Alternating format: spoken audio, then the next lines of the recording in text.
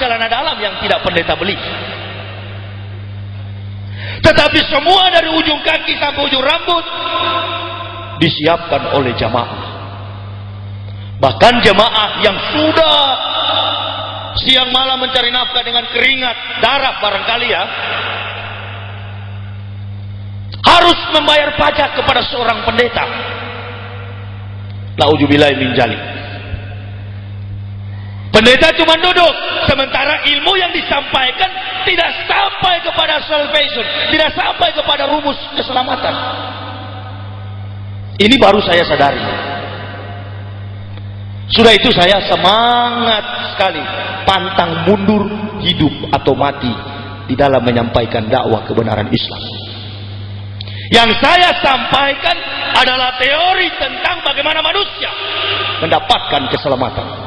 Dan pahalanya, kenikmatannya, hadiahnya, kadonya tidak saya terima dari manusia. Bahkan manusia yang masih hidup sulit menerima statement atau pernyataan-pernyataan kebenaran Islam itu, kecuali orang kafir yang sudah mati. Karena orang kafir yang sudah mati itu sudah tahu, oh, agama ini yang benar, agama itu yang benar. Maka di mana-mana saya berbicara, saya tidak pernah memposisikan Islam pada kedudukan agama. Kalau kita memposisikan Islam hanya pada status dan kedudukan agama, akhirnya ada lain pernyataan melalui penyusupan Zionis dan berkata Islam dan Kristen sama kok, nggak ada beda. Ini manusia di atas penjilat dalam tanda kurung seperti anjing ya. Sudah itu banyak saya nggak cocok dengan para intelektual agama di Indonesia ini, dan saya siar, biar saja saya disebut jamaah tablik atau apapun. Yang penting kulil haqqo wallah ala murad. Al Islamu yalu wala yu'la alaihi. Inna dina idallahil Islam. Tidak ada agama yang lebih tinggi daripada agama Islam. Ini bukan pernyataan keliru. Saya sebagai mualaf, walaupun baru setahun, saya dapat membuktikan kerasulan Nabi Muhammad secara aksiologi. Jadi nilai sebuah agama itu, kita mencari kebenaran agama, kita tidak hanya berdasarkan proses spiritual. Saya katakan tadi, kalau proses spiritual bisa saja manusia berbohong. Tetapi kalau kita kaji, come back to historis, kembali kepada pembuktian kebenaran sejarah, maka agama itu akan kita tahu salah atau benar. Nah, untuk menjembatani sejarah ini, maka manusia perlu memfungsikan yang disebut dengan filsafat hidup, falsafah hidup, yakni aksiologi, mengandung 3 unsur kekuatan nilai-nilai kehidupan. 1 etika, 2 logika, ketiganya estetika.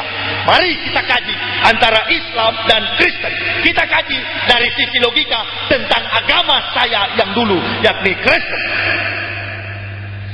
Karya kebesaran kuasa Allah Subhanahu wa taala tidak pernah bertentangan dengan rasio manusia, karena Allah bukan orang gila. Kitab suci saya yang lama mengatakan jangan seorang pun tambah atau kurang sesuatu yang difirmankan Allah, Tuhan kata mereka, kata saya dulu di atas mimbar, jangan seorang pun jemaah Tuhan, ini waktu saya pendeta dulu, menambahkan satu kata pun atau mengurangi isi firman Tuhan. Siapa yang menambahkan akan bertambah hukumannya, siapa yang mengurangi akan berkurang pahalanya. Setelah saya menyelidiki kitab-kitab suci saya, ternyata begitu banyak ayat-ayat yang bertentangan. Sebagai contoh, Alkitab, Bible dengan bahasa Melayu diterjemahkan oleh penjajah Belanda. 1 Raja-Raja 4 ayat 26 mengatakan jumlah kandang Sulaiman bin Daud adalah 4.000. Alkitab tahun 2001 sama 4.000 jumlah kandang Sulaiman. Tetapi Alkitab tahun 1991 kandang Soleman tiba-tiba berubah menjadi 40.000. Secara filosofis betul saja waktu tahun 1928 yang berfirman Tuhan. Tetapi tahun 91 lawan daripada Tuhan secara etimologis hantu. Ini dari sisi logika. Karena saya bukan manusia goblok yang masuk Islam. Saya katakan sekali lagi, garis bawahi, tidak ada seorang yang goblok, yang tolol, yang bahlul akan sampai kepada agama Islam. Sudah itu jangan heran kalau ada dari umat Islam yang pindah ke agama lain, itu manusia tolol di atas tolol. Dan memang saya teringat, dulunya saya pimpinan sekolah tinggi teologi Calvinis. Sekarang saya baru sadar bahwa yang saya pimpin bukan teologi, sekolah tinggi tolologia. Karena semua yang kita bahas adalah kitab suci orang-orang saraf, orang-orang sinting. Karena sudah kelewat pintar, iya, di atasnya pintar itu kan gila. Apa enggak gila? Coba saya tanya kepada bapak, ada kira-kira enggak kita yang sekarang hadir di dalam musola ini yang tukang kayu, profesinya tukang kayu, ada enggak? Coba tanya kepada tukang kayu, antum buat meja, kursi, lemari, perabot dari kayu, pernahkah dalam sedetik saudara pernah menjadi meja? Eksistensi tukang adalah orang dan eksistensi meja adalah kayu. Pencipta jangan dijadikan ciptaan, ciptaan jangan dijadikan pencipta. Tidak logis dari sisi logika. Pembahasan kedua dari sisi etika. Benar tidaknya sebuah agama harus diselidiki dalam sebuah praktikal, dalam sebuah kegiatan-kegiatan mengandung fisik dan psikologis. Di mana ada mayoritas Kristen, di situ sarang penyamun. Kenapa demikian? Karena menganggap keselamatan itu ibarat membeli bonbon gula-gula di warung, murah sekali. Nggak bisa main-main ini kebenaran. Kenapa saya serius? Saya nggak pernah ngolok agama orang, biar aja. Lakum dinukum wal yadin. Agamamu, agamaku. Tetapi satu, sebagai hamba Allah, tentunya saya harus menegakkan kebenaran itu. Apapun resikonya, mau hidup kah, mau cacat, mau mati, mau dipenjara, no problem. Ini kebenaran, nggak perlu dikawal saya, nggak pernah takut saya. Basis Kristen saya siar tablik akbar di Manado. Dan saya sampaikan, lebih baik dikatakan gila, tetapi tidak sesat. Karena orang gila belum tentu sesat, tetapi orang sesat lebih daripada gila.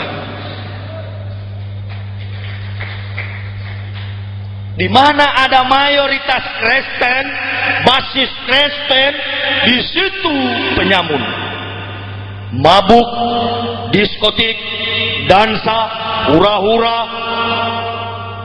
Kampung saya Manado itu paling banyak sekali Islam KTP. Sudah itu saya siar kemarin, saya katakan toleransi yang kebablasan.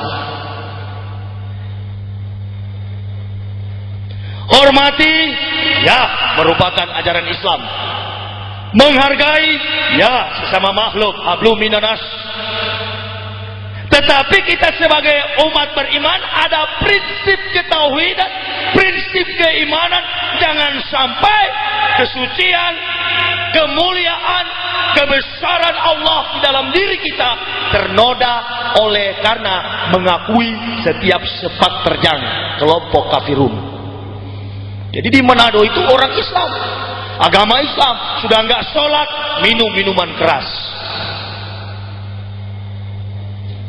Saya luruskan karena itu tempat kelahiran saya. menjaga jangan sampai terjadi kerusuhan.